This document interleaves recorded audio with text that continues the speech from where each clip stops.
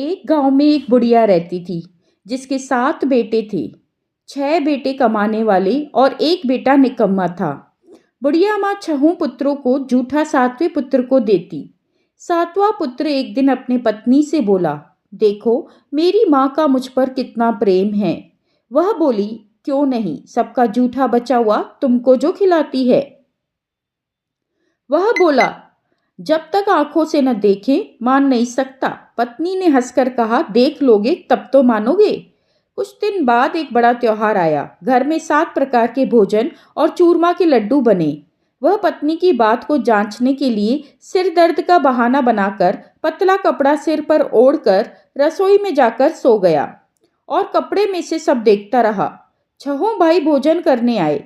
उसने देखा माँ ने उनके लिए सुंदर सुंदर आसन बिछाए, 7 प्रकार की रसोई परोसी और आग्रह करके उनको भोजन कराती रही। वह देखता रहा। 6 भाई भोजन कर उठ गए।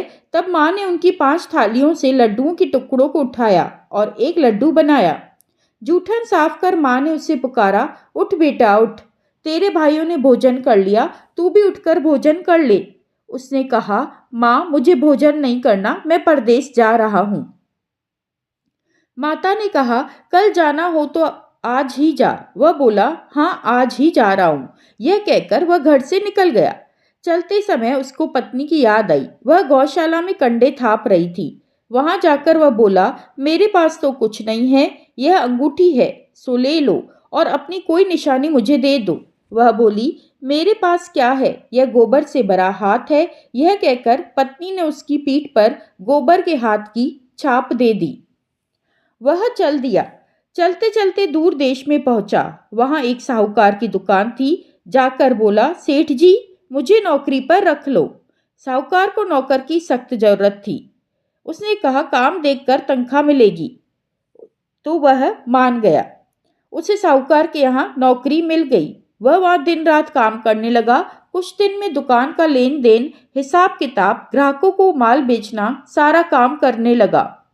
साहूकार के 7-8 नौकर थे। वे सब चक्कर खाकर गिरने लगे, लेकिन उसने अपनी लगन, परिश्रम और ईमानदारी से सभी को पीछे छोड़ दिया। उसने ये फल मिला कि उसका काम देखकर सेठ जी ने 3 महीने में उसे मुनाफे में साझेदार बना दिया। परिश्रम करते करते 12 वर्ष में ही वह नगर का स्वामी बन गया और सेठ बनकर सारा कारोबार वह संभालने लग गया। इधर इसकी पत्नी पर क्या बीती वह सुने। सास ससुर उसे दुख देने लगे। गृहस्थी का काम करवाकर उसे लकड़ी लेने जंगल में बेचते। इस बीच पर घर की रोटियों के आटे से जो भूसी निकलती उसकी रोटी बनाकर रख दी जाती और फूटे नारियल की नरेली में पानी दिया जाता। इस तरह दिन बीतते रहे। एक दिन जब वह जंगल में लकड़ी लेने जा रही थी, तब उसे रास्ते में बहुत सी स्त्रियां संतोषी माता का व्रत करती दिखाई दी। यह वहां खड़ी होकर पूछने लगी, बहनों ये तुम किसका व्रत कर रही हो? इसके करने से क्या फल की प्राप्ति होती है? यदि तुम इस व्रत का विधान मुझे समझाओगी तो मैं एहसान मानूंगी। उनमें से एक स्त्री बोली, सुनो ये संतोषी माता का व्रत है। इसके करने से निर्धनता दूर होती है, मन में शांति प्राप्त होती है। प्रीतम यदि बाहर गया हो तो शीघ्र लौट आता है। कुंवारी कन्या को मनपसंद वर मिलता है। घर में शांति बनी रहती है और धन धान्य की प्राप्ति होती है। तब वह पूछने लगी, ये व्रत कैसे किया जाता है, यह भी बताओ। स्त्री कहने लगी, बिना परेशानी, श्रद्धा और प्रेम से जितना भी बन सके प्रसाद बनाना चाहिए और भक्ति के अनुसार गुड़ चना लेना चाहिए। हर शुक्रवार को निराहार रहकर कथा कहना या सुनना चाहिए। इसके ओम बीज कम नहीं टूटने चाहिए। लगातार नियम पालन करना चाहिए। सुनने वाले को कोई न मिले तो घी का दीपक जलाकर उसके आगे जल के पात्र को रखकर कथा कहना चाहिए और नियम नहीं तोड़ना चाहिए। जब तक कार्य सिद्ध न हो नियम का पालन करना चाहिए और फिर अंत में उद्यापन भी करना चाहिए। 3 मास में माता पूरा फल देती है और ग्रह अगर खोटे हैं तो 1 वर्ष में तो जरूर ही माता पूरा फल देगी। कार्य सिद्ध हो जाने पर उद्यापन करना चाहिए। बीच में उद्यापन नहीं करना चाहिए। उद्यापन में 2.5 सेर आटे का खाजा तथा इसी अनुसार खीर तथा चने का साग बनाना चाहिए। 8 बच्चों को भोजन कराना चाहिए। जहाँ तक मिले देवर, जेठ, भाई, बंधु, कुटुंब के लड़के, इनको बुलाना चाहिए। उन्हें भोजन कराकर यथाशक्ति दक्षिणा देनी चाहिए। पूरे व्रत का पालन करना चाहिए और ध्यान रहे घर में कोई खटाई नहीं खाना चाहिए। यह सुनकर वो वहाँ से चल दी। रास्ते में लकड़ी के बोझ को बेच दिया और उन पैसों से गुड़ चना लेकर माता के व्रत की तैयारी करने लगी।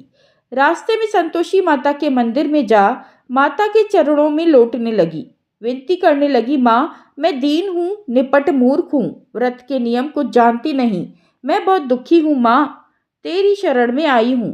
माता को दया आई। एक शुक्रवार बीता कि दूसरे शुक्रवार को ही इसके पति का पत्र आया और तीसरे शुक्रवार को इसका भेजा हुआ पैसा आ पहुंचा। यह देखकर जेठानी मुंह सिकोड़ने लगी। इतने दिनों बाद इतना पैसा, इसमें क्या बड़ाई है।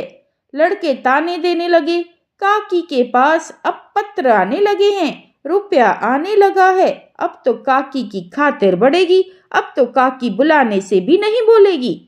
बेचारी सरलता से कहती, भैया पत्र आए, रुपया आए तो अब इस हम सबके लिए तो अच्छा है। ऐसा कह के बेचारी आंखों में आंसू भरकर संतोषी माता के मंदिर में जाकर रोने लगी। माँ, मैंने तुमसे पैसा नहीं मांगा, मुझे पैसे से क्या काम, मुझे तो अपने सुहाग से काम है। मैं तो अपने स्वामी के दर्शन और सेवा मांगती हूँ। तब माता ने प्रसन्न होकर कहा, जा बेटी, तेरा स्वामी जल्दी आएगा। यह सुनकर खुशी से बावली हो वह घर आकर काम करने लगी। संतोषी माँ विचार करने लगी, इस भोली पुत्री से मैंने कह तो दिया कि तेरा पति शीघ्र आएगा, पर वो आएगा कहाँ से? वह तो इसे स्वप्न में भी याद नहीं करता। उसे इसकी याद दिलाने में तो मुझे ही जाना पड़ेगा। संतोषी माता ने उस बुढ़िया के बेटे को स्वप्न में समझाया, पुत्र, तेरी घरवाली कष्ट उठा रही है। बोला, हाँ माता, यह तो मुझे भी मालूम है, परंतु क्या करूं, कैसे जाऊं? परदेश की बात है, लेन देन का हिसाब किताब है, जाने का रास्ता नजर नहीं आता। तब माँ ने कहा, सवेरे नहा धोकर संतोषी माता का नाम ले, घी का दीपक जला, दंडवत कर और दुकान पर जाकर बैठ। देखते देखते तेरा लेन देन चुक जाएगा, जमा माल बिक जाएगा, सांझ होते होते धन का ढेर लग जाएगा। वह अगले दिन सुबह जल्दी उठा। उसने अपने मित्र बंधुओं से सपने वाली बात कही। उन्होंने उसकी खिल्ली उड़ाई, लेकिन एक बूढ़ा व्यक्ति समझदार था। उसने वह बात समझी तो बोले, तुम्हें क्या दिक्कत है भाई, तुम कर लो ऐसा। तब वह दुकान गया और जैसा माँ ने कहा ठीक वैसा ही किया। शाम होते होते धन का ढेर लग गया। तब वह दीपक जलाकर माँ को प्रणाम करने लग गया और फिर अपने घर को रवाना हुआ। उधर उसकी पत्नी जंगल में लकड़ी लेने गई। लौटते वक्त थक जाने के कारण संतोषी माँ के मंदिर पर विश्राम करके बैठ गई। यह तो उसका रोज रुकने का स्थान था। धूल उड़ती देख उसने माँ से पूछा, हे माँ, यह धूल कैसे उड़ रही है? माँ ने कहा, हे पुत्री, तेरा पति आ रहा है, अब तू ऐसा कर, लकड़ियों के 3 बोझ बना, एक नदी किनारे, एक मेरे मंदिर पर और तीसरा अपने सिर पर रख। तेरे पति को लकड़ी का गड्ढा देखकर मोह पैदा हो जाएगा। ये वहाँ रुकेगा, नाश्ता पानी बना खाकर माँ से मिलने जाएगा।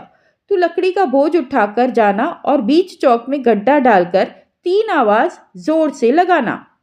लो सासू जी, लकड़ियों का गट्ठा लो, भूसी की रोटी दो, नारियल के खोपरे में पानी दो, आज कौन मेहमान आया है?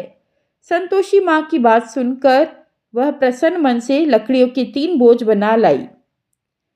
सूखी लकड़ी देखकर उसको इच्छा हुई कि उसका पति वहीं विश्राम करने लग गया और भोजन बनाकर खा पीकर वो गांव की ओर चल दिया। इस प्रकार विश्राम करके जब वह अपने गांव में आया, तब उसी समय बहू सिर पर लकड़ी का गड्ढा लिए आई। उसने गड्ढे को आंगन में डाल जोर से 3 आवाजें दी। लो सासू जी, लकड़ी का गड्ढा लो, भूसी की रोटी दो, नारियल के खोपर में पानी दो।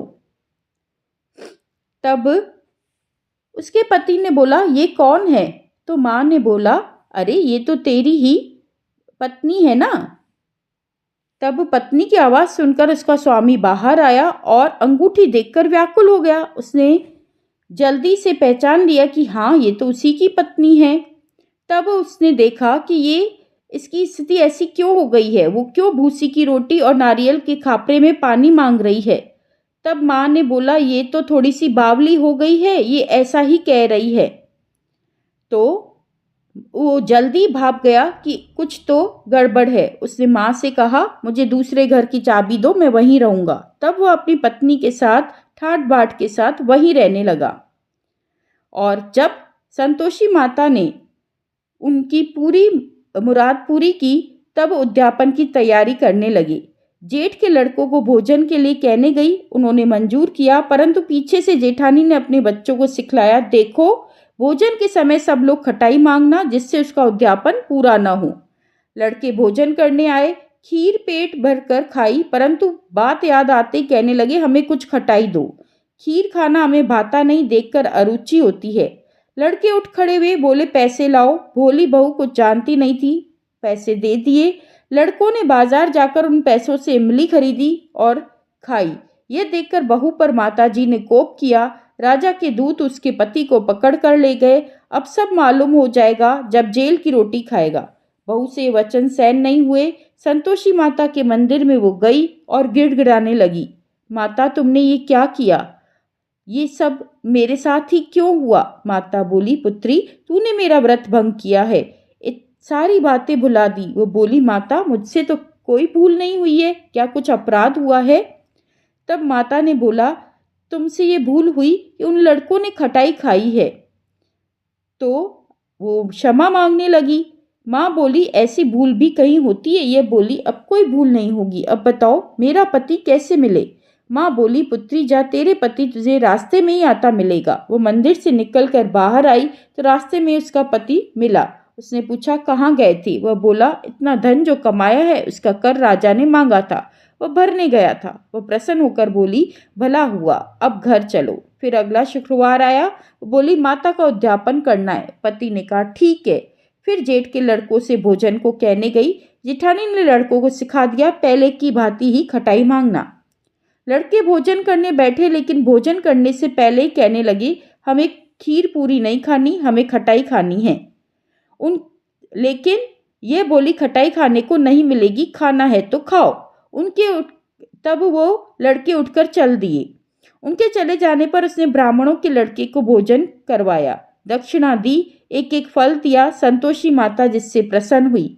माता की कृपा से 9 माह बाद उसको चंद्रमा के समान एक सुंदर पुत्र प्राप्त हुआ और दोनों पति पत्नी उस पुत्र के साथ आज जीवन खुशी से रहने लगी। बोलो संतोषी माता की जय।